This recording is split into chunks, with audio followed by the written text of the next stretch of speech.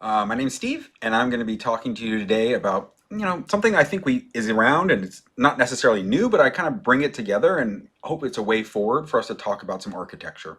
I work at VMware on the Tanzu team, which is the Kubernetes, but also I interact a lot with the data services team, and I've done data for a long time. So this talk is of particular interest, and I would love feedback even though I'm not there. So you're like, hey, Steve, how can I get in contact with you? Well, you can use my Twitter address. I'm open for DMs. That's a 0 on the end because I'm neat like that. So let's go ahead and start talking about microservices and Kubernetes for your full data lifecycle. So the agenda for today, since we only have a hot minute of 10 minutes or so to do this, it's going to be only about talk about what I perceive to be the typical view of how data moves through an enterprise or through a company, and then show the new / old. It's actually not new in terms of a pattern, but it's new in terms of how we're using it, and why Kubernetes actually makes it even better, okay? So the typical view that I see in a normal enterprise company, or what I've seen in a lot of places, is we have some outward-facing system, has data put into it, some data store, right? So usually they may not even control the data that's coming into the data store, so they may even use something like Mongo, something really unstructured, or it could be a relational database or something like that, right? And so it's pulling data or people putting data into it. And then we run some sort of ETL to get it out of that unstructured or whatever data store it first came into, and then put it into the system of record. And usually this is some enterprise database, some big like honking database that the ops people and the DBAs really tightly control and do a whole bunch of stuff on. And then we run another bunch of ETLs against that system of record to actually produce secondary data that we actually start doing stuff with, right? So the data science team can get it, we maybe put it into some web accessible parts of it, but it gets extracted again from that database and put somewhere else. And each system, so each one of these pieces of that system are usually tightly integrated. It's usually some big application or something that's tightly integrated with lots of parts. And they have their own installation method. Each one's installed a bit differently. They're configured differently, like they have different configuration parameters and how they work. They operate differently, like how you go about deploying them and scaling them or doing that is usually different between all the systems. And finally, monitoring is different for all of them as well. So like when you're trying to watch what's going on, you have to use different tools for different ones, right?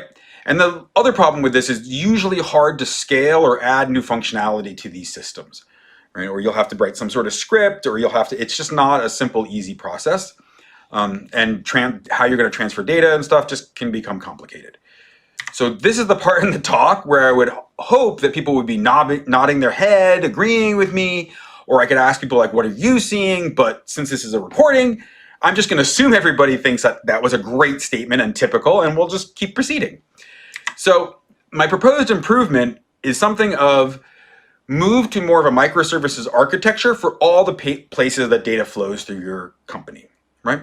Use more of that loosely coupled data with clear boundaries, and smaller pieces of functionality kind of wired together, like like the Unix philosophy, right? But moving towards that, not just for our apps, but also for how we move data through our companies, right? And I would like to also see us move as much of those pieces as possible onto Kubernetes, because Kubernetes gets us automation and standards, right? And that's one of the great things for ops. People love standards. And actually, it turns out developers and data scientists love it too, because they don't like that surprise of, oh, I have to work with this system this way, and I have to now learn a whole new system. So I think moving to this kind of more microservice-y architecture, and along with putting it on Kubernetes, helps everybody out in terms of what's going on. So let's go through an example of something like that. So an example problem might be something like a company has IoT machines in all of their retail locations, right? And some of these machines are cash registers, that makes sense, but some of these machines are running algorithms to predict customer in-store incentives, right? And so the data science team is actually in charge of those algorithms, but the ops team is in charge of those machines and deploying stuff to the machines, right? And so the ops team is using JFrog Connect. It's basically from JFrog, it's sort of like a portal with some functionality to manage your IoT devices, deploy stuff to it. But the ops team also wants a record of resource utilization over time stored not in the Connect place, but actually inside their own data center, right? So they have both those needs that they want to get done. And then the data science team doesn't want to learn Connect. They've already learned R, they've learned Python, they know how to use Jupyter notebooks, they've done all this other stuff Tableau, all this other stuff they need, and they don't want yet another system that's all about ops. Like, they don't want to interact with that at all. But they do want automatic rollbacks for bad updates of their code, right? So if they've deployed something to the machines that has a bug in it or something like that, that the system detects that that's bad and rolls it back. Something's grabbing a bunch of CPU or RAM. And when that rollback happens, they want to be notified. And it could be in different formats, but they want to be notified that rollback has happened and why it was triggered. And then they would also like a dashboard at any point in time that they can pull up and see what all the different machines are doing, like how much resources they're using on all those different machines and what's their status. And so this would be like a hard problem to take and do in the old system. But in the new system, I think we can achieve this in a really flexible and I find it fun to build way, right? So let me show you the proposed architecture that I've been working on for the last couple of weeks.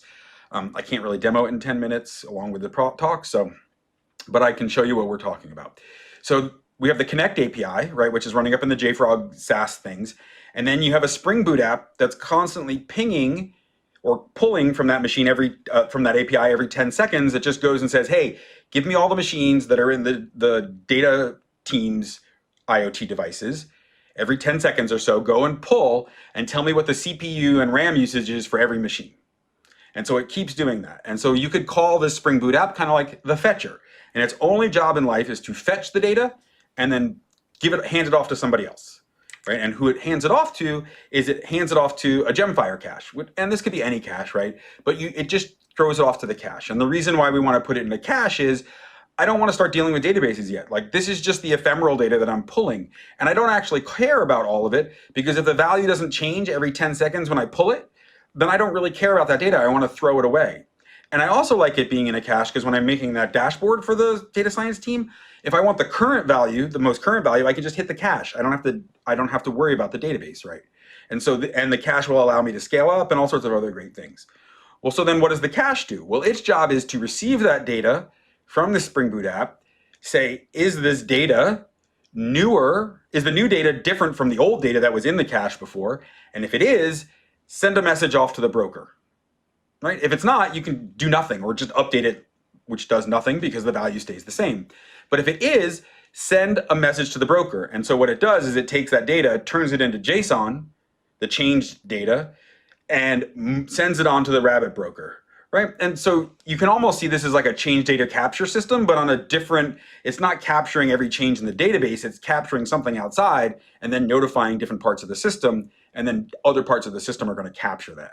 And so the message broker, if you know anything about AMQP, it's basically the cache is only sending it into the broker in an exchange, which is kind of like this, where it knows to send messages. So the cache is basically accepting new data, checking to see if we care about it, and if we do, send it on to a RabbitMQ broker. But it doesn't know about anything else before that and anything else after that. That's its only job in life, right? And then what the broker does, because it's got this exchange going, different applications can actually subscribe message queues to that exchange and then act on it the way they want to act on it, right? So we have a Spring Boot app that is actually all its job is it's going to take that JSON, convert it into a database, the database schema, and then just push it into the system of record. So we'll have like one for each machine. Maybe we have a table that is CPU and another table that's RAM, and there's machines, CPU, timestamp, right? Like the value of the CPU and timestamp. And it just keeps putting those in as the system of record, and it's only putting in when it's changed.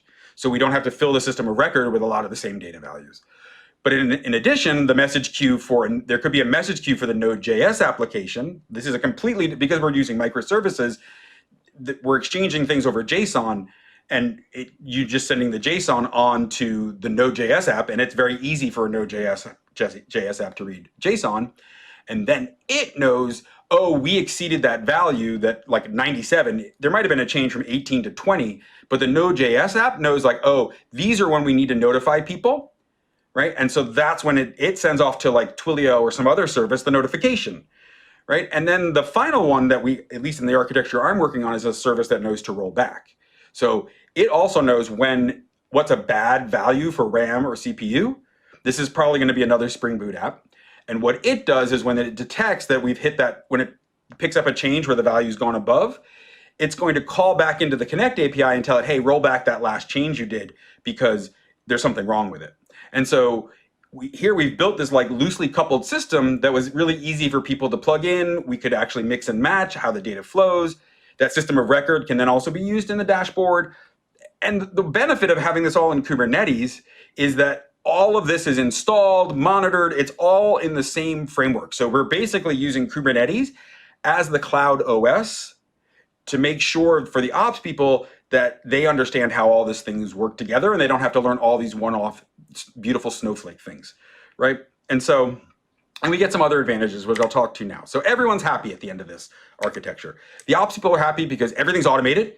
Notice that in that, there was no humans involved. Once that system is set up, all the actions are triggered automatically. And so there's nobody to go in and accidentally forget to send an email or anything like that.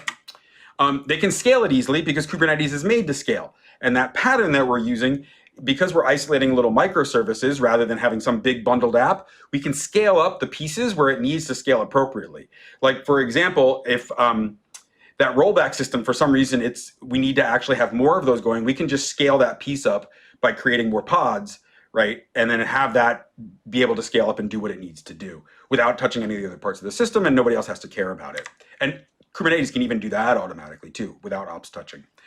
This system is really extensible. It's easy to add other services just by making new queues, right? The service can declare a new queue onto that exchange, and then it's going to get change notification data, and it can decide whatever it wants to do with it. But the RabbitMQ doesn't care, right? It just says, I'm going to just keep publishing data. You want to get it, you can get it, and then go do whatever you want. And the Rabbit people don't have to tell the new service people, you should write your code in Go, and you should, but it doesn't matter. It's just, I'm going to keep publishing data. There's a common platform for installing and running, which I think ops people are very excited about Kubernetes for, because, instead of all these one-offs, it's all the same kind of infrastructure. Data scientists, so you're like, okay, well, what's in it for the data scientists, right?